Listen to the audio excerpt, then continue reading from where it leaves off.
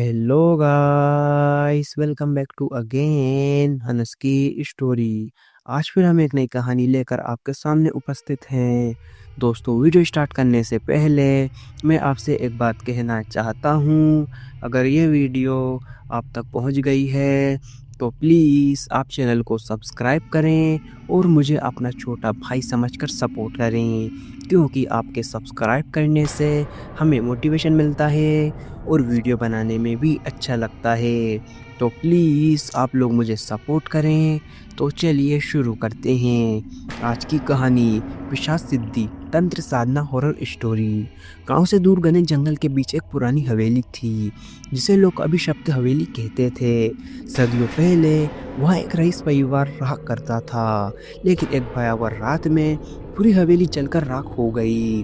कहते हैं हवेली की मालकिन रंजना देवी उस आग में जिंदा जल गई थी और तब से उसकी आत्मा वहीं भटक रही थी। कोई भी उस हवेली के पास जाने की हिम्मत नहीं करता था, क्योंकि जो भी वहां गया वह वहां से कभी नहीं लौटा। वर्षों बाद शहर से आए कुछ दोस्तों ने इस कहानी को झूठ मानकर हवेली में एक रात बिताने की ठानी। वे 4 दोस्त थे, अमित, विक्रम, नीलिमा और पूजा। गांव वालों ने उन्हें बहुत समझाया, लेकिन वे अपनी जिद पर अड़े रहे। रात के अंधेरे में वे अपनी टॉर्च की रोशनी में हवेली की टूटी फूटी सीढ़ियों से अंदर दाखिल हुए। हवेली के अंदर घना अंधकार था और हर ओर एक अजीब सा सन्नाटा पसरा हुआ था। जैसे ही वे हवेली के मेन हॉल में पहुंचे, एक भयानक ठंडी हवा का झोंका आया। कमरे की दीवारों पर जले हुए हाथों के निशान थे। अचानक पूजा ने एक परछाई को देखा जो उनके करीब आ रही थी। उन्होंने सोचा कि यह उनकी आंखों का धोखा है, लेकिन तभी हवेली के बंद दरवाजे अचानक जोर से खुल गए और फिर खुद ब खुद बंद हो गए। विक्रम ने हिम्मत जुटाकर एक कमरे की ओर बढ़ने का फैसला किया। जैसे ही उसने दरवाज़ा खोला, अंदर एक कटा फटा कंकाल पड़ा था। दीवारों पर खून के छींटे थे। नीलिमा की चीख पूरे हॉल में गूंज गई। तभी पीछे से किसी औरत की दर्द भरी चीख सुनाई दी, एक चीख जो पूरे माहौल को कपा देने के लिए काफ़ी थी। अमित ने अपने फ़ोन की लाइट ऑन की और चारों को देखा। तभी उन्हें महसूस हुआ कि कोई उनके कंधे पर हाथ रख रहा है। उसने तुरंत पलटकर देखा, लेकिन वहाँ पर कोई भी नहीं था।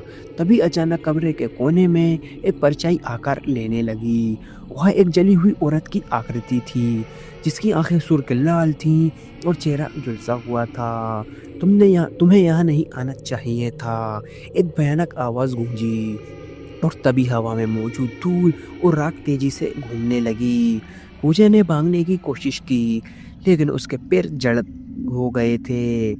विक्रम और नीलिमा ने उसे खींचने की कोशिश की, लेकिन तभी हवेली की छत से टपकता लालचट खून दिखने लगा। अब उन्हें एहसास हो गया था कि वे एक बहुत बड़ी गलती कर चुके हैं। उन्हें अब वहां से निकलने की पूरी कोशिश करनी होगी, लेकिन हवेली के दरवाजे अपने आप बंद हो गए थे। कमरे की दीवारों से एक के बाद एक भूतिया आकृतियां निकलने लगीं। अमित ने हनुमान चालीसा पढ़ने की कोशिश की, लेकिन उसकी आवाज़ कँप रही थी। उसकी आवाज़ उसके अंदर घुट रही थी। अचानक रंजना देवी की आत्मा ने उन सब पर हमला कर दिया। विक्रम की गर्दन पर गहरे खून नाखूनों के निशान उभर आए और वह जमीन पर गिर पड़ा। उसकी आंखों में सिर्फ डर था। नीलिमा ने अमित का हाथ पकड़ा और दोनों ने जोर से दरवाजे को धक्का दिया।